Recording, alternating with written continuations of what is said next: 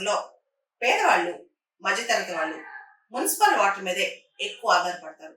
Municipal కొళాయిలో municipality పంపించే tankers దాని మీద ఎక్కువగా నమ్ముకుంటా ఉంటారన్నమాట. అయితే ఎవరినైతే నమ్ముతామో, ఏ నీళ్ళైతే తాగితే మనం బతుకుంటామని ఆ నీళ్ళ కోసం ఆరాటపడతామో, ఆ నీళ్ళు తాగాక చనిపోతే ఎలా ఉంటుంది? ఇదే జరిగింది ఇండోర్‌లో. మధ్యప్రదేశ్ రాజధాని ఇండోర్ మనకు తెలుసు చాలా ఫేమస్.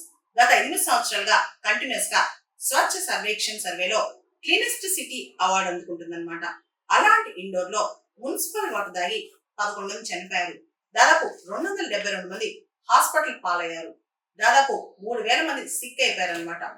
ఇండోర్ నగరంలోని భగీరథపుర అనే ప్రాంతంలో నీళ్లు కలుషితమయ్యాయి, municipal water కలుషితమయ్యాయి, pipe lines కలుషితమయ్యాయి.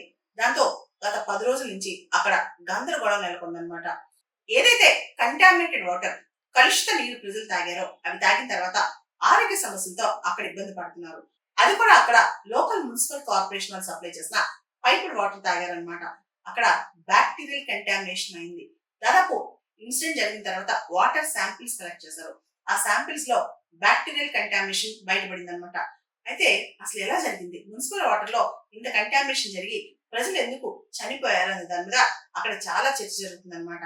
Actually అక్కడ ఒక పబ్లిక్ టాయిలెట్ లోని డ్రైనేజ్ లీకేజ్ అనేది ఈ పైప్ లైన్ లోకి బ్రీచ్ అయిపోయింది అనమాట. అంటే పబ్లిక్ టాయిలెట్ లో వాటర్ వచ్చి ఈ పైప్ లైన్ లో కలిసాయి. అంటే పైప్ లైన్ లో సరిగ్గా మెయింటైన్ చేయలేదన్నమాట. దాంతో అధికారుల నిర్లక్ష్యం కావచ్చు, లేదా అడ్మినిస్ట్రేటివ్ ఓవర్లుక్ కావచ్చు, ఏదైనా కావచ్చు, కానీ బ్యాక్టీరియాతో కూడిన వాటర్ ప్రజలకు అందింది.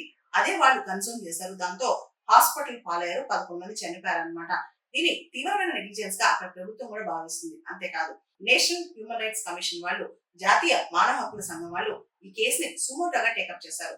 ఇది విక్టిమ్స్ యొక్క మానవ హక్కులకు సంబంధించిన అంశం అని చెప్పి, అదే విధంగా వాళ్ళ ప్రాణాలను హరించే విధంగా ఇలాంటి కంటామినేటెడ్ వాటర్ ఎలా సప్లై అయిందని చెప్పి కూడా వాళ్ళు ఇప్పుడు దానిపైన ఎంక్వైరీ చేస్తున్నారు అనమాట.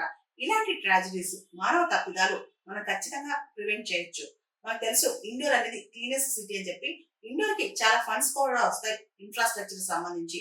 అమృత్ 2.0 మిషన్ కూడా ఇండోర్ కి వాటర్ ఇన్ఫ్రాస్ట్రక్చర్ ప్రాజెక్ట్ సంబంధించి చాలా ఫండ్స్ వచ్చాయంట. అయినా కానీ టెండర్స్ ఓపెన్ చేయడంలో, దానికి సంబంధించి రిపేర్స్ నిర్వహించడంలో చాలా నిర్లక్ష్యం చూపించారని చెప్పి కూడా అక్కడ అంటున్నారు. ఏది ఏమైనప్పటికీ ప్రజలకు ప్రాణాలు పోయేందుకంటే ఎవరైతే మనం నమ్ముకుంటామో, మన ప్రభుత్వాలు మనం కాపాడుతాయి అంటే సామాన్యులు తాగే మున్సిపల్ వాటర్ కూడా కలుషితం అయితే వాళ్ళు ఎవరికి చెప్పుకోవాలి, ఎక్కడికి చెప్పుకోవాలి, దీనికి ఎవరు సమాధానం చెప్పుకోవాలి, పోయిన ప్రాణాలు ఎవరు తిరిగి తీసుకురావాలి?